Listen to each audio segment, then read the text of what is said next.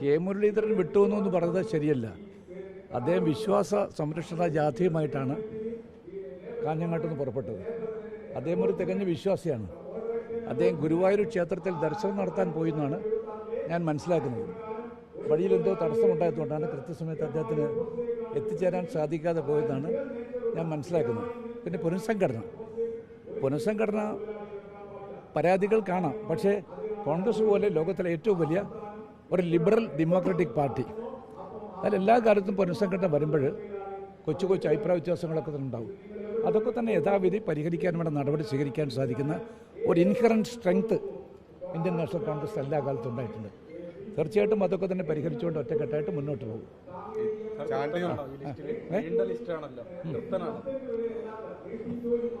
എൻ്റെ കോൺസെപ്റ്റൊക്കെ വേറെയല്ലേ. നിങ്ങൾക്കറിയാലോ, ഞാൻ KPCC അധ്യക്ഷനായ സമയത്ത് ഞാൻ പറഞ്ഞ ഏറ്റവും ചെറിയ കമ്മിറ്റി ആയിരിക്കണം. ആ കമ്മിറ്റിക്ക് എഫക്റ്റീവായിട്ട് കൊണ്ടുപോകാൻ സാധിക്കും. പക്ഷേ അതല്ല, പല ഭാഗത്തുനിന്നും ഒരുപാട് താല്പര്യങ്ങളുണ്ട്. ആ താല്പര്യങ്ങളൊക്കെ സംരക്ഷിച്ച് പോകുക എന്ന് പറഞ്ഞാൽ വളരെ പ്രയാസമുണ്ട്. അതാണ് ഞാൻ പറഞ്ഞിരിക്കുന്നത്, ലോകത്തിലെ ഏറ്റവും വലിയ ഒരു ലിബറൽ ഡെമോക്രാറ്റിക് പാർട്ടിയാണ് കോൺഗ്രസ്.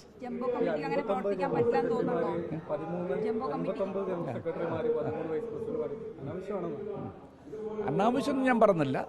അത് പറഞ്ഞല്ലോ, ഒരു ഇലക്ഷൻ വരാൻ പോകുന്നു, അസംതൃപ്തരായ ആളുകളൊന്നും കൂട്ടിയിട്ട് അങ്ങനെ പോകാൻ സാധിക്കില്ലല്ലോ. അപ്പോൾ എല്ലാവരെയും സന്തോഷിപ്പിച്ചുകൊണ്ട് പോകാമെന്നൊരു സമീപനമാണ് ഇപ്പോഴും എടുത്തിരിക്കുന്നത്.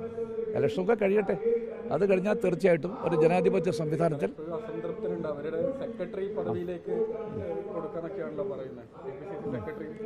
സെക്രട്ടറിമാരുടെ ലിസ്റ്റ് പുറത്തു വരേണ്ടല്ലോ.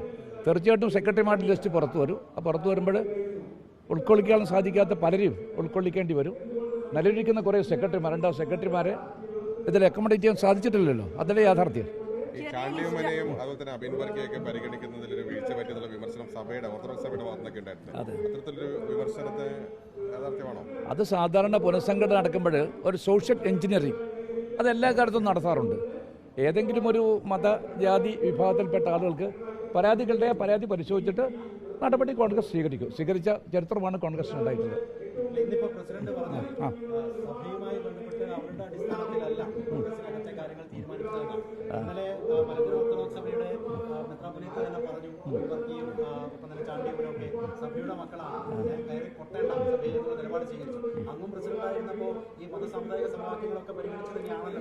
അതിപ്പോൾ സാമുദായിക സമവാക്യം എല്ലാ കാലത്തും അത് പൂർണ്ണമായിട്ടും ഉറപ്പുവരുത്തിക്കൊണ്ടാണ് കോൺഗ്രസ് എല്ലാ കാലത്തും പോയിട്ടുള്ളത്.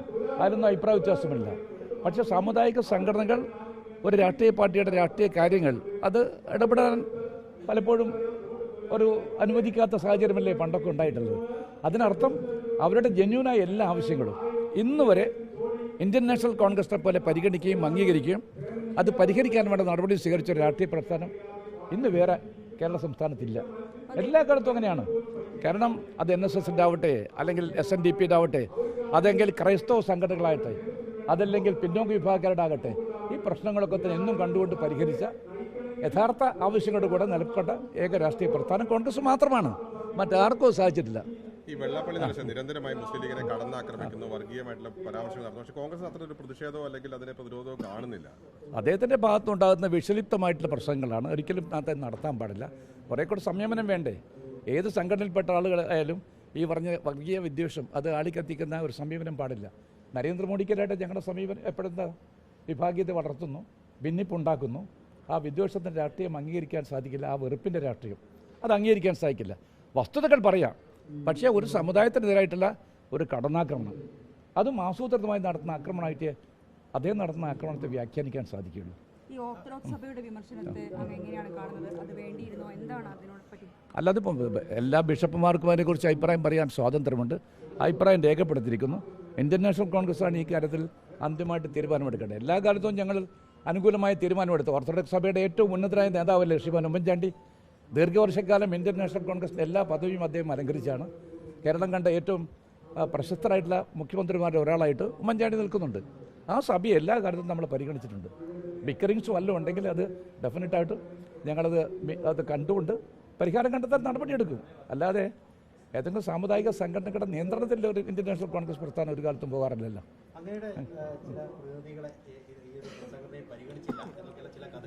അതാ എനിക്കൊരു കാലത്തുമില്ല. ഞാൻ പരസ്യമായിട്ട് എന്തെങ്കിലും പരാതി പറഞ്ഞ സ്വഭാവക്കാരല്ല ഞാൻ. എന്തെങ്കിലും പാർട്ടി ഫോറത്തിൽ ഞാൻ പറയും. അല്ലാതെ പാർട്ടി കാര്യങ്ങൾ അത് പൊതുവേദിയിൽ വെച്ച് പറയുന്ന സ്വഭാവം ഒരു കാലത്തും എനിക്കുണ്ടായില്ല. എത്രയോ വർഷക്കാലമായിട്ട്, ഒരു 10, 35, 40 വർഷക്കാലമായിട്ട് നിങ്ങൾക്ക് എല്ലാവർക്കും എന്നെ അറിയാം. എൻ്റെ സമീപനം ആ ഭാഗത്തുനിന്ന് ഒരിക്കലും അങ്ങനെയല്ല. എന്തെങ്കിലും ഞാൻ പറയും. പിന്നെ എന്നോട് കൺസൾട്ടേഷൻ നടത്തുമെന്ന് വെച്ചാൽ എല്ലാവരും എന്നോട് കൺസൾട്ടേഷൻ നടത്തിയിട്ടുണ്ട്, ഇല്ല എന്ന് ഞാൻ പറയില്ല.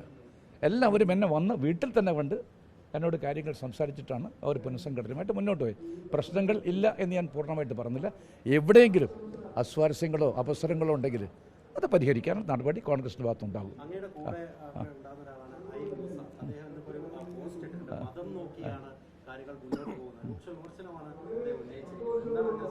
ഞാൻ ആ പോസ്റ്റ് കണ്ടിട്ടില്ല. മൂസയുമായിട്ട് ഞാൻ സംസാരിക്കാം. മൂസ ഇടയ്ക്കെന്നെ വന്ന് കാണാറുണ്ട്.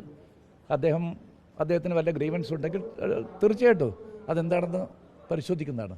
ജംബോ കമ്മിറ്റി അപ്പോൾ പൂർണ്ണമായും പ്രാവർത്തികമല്ല. അപ്പോൾ താങ്കൾ പറഞ്ഞു താങ്കളുടെ സമയത്ത് ചെറിയ കമ്മിറ്റികളാണ് ഏറ്റവും നല്ല അഭിപ്രായമാണ് താങ്കൾക്കുണ്ടായിരുന്നത്. അത് നിങ്ങൾക്കറിയാമായിരുന്നല്ലോ. അങ്ങനെ ഒരു സമീപനം ഞാൻ സ്വീകരിച്ചപ്പോൾ 1.5 വർഷം കഴിയുന്നവരെ എനിക്കൊരു കമ്മിറ്റി ഉണ്ടാക്കാൻ സാധിച്ചിട്ടില്ല. അങ്ങനെ ഒരു തിക്തമായ അനുഭവം കൂടി എനിക്കുണ്ട്. അപ്പോൾ നിങ്ങളെല്ലാം പറയണ്ടായി ഒരു കമ്മിറ്റി പോലും ഉണ്ടാക്കാൻ സാധിച്ചില്ല എന്ന കാര്യം. ഇതായിരുന്നു ആ സാഹചര്യം. അതും നിങ്ങൾ മനസ്സിലാക്കണം. അതുകൊണ്ടാണ് ഞാൻ പറഞ്ഞു, വീണ്ടും ഞാൻ റിപ്പീറ്റ് ചെയ്യുന്നത്, കോൺഗ്രസ് ഈസ് ഒരു greatest liberal democratic party in the country. Okay.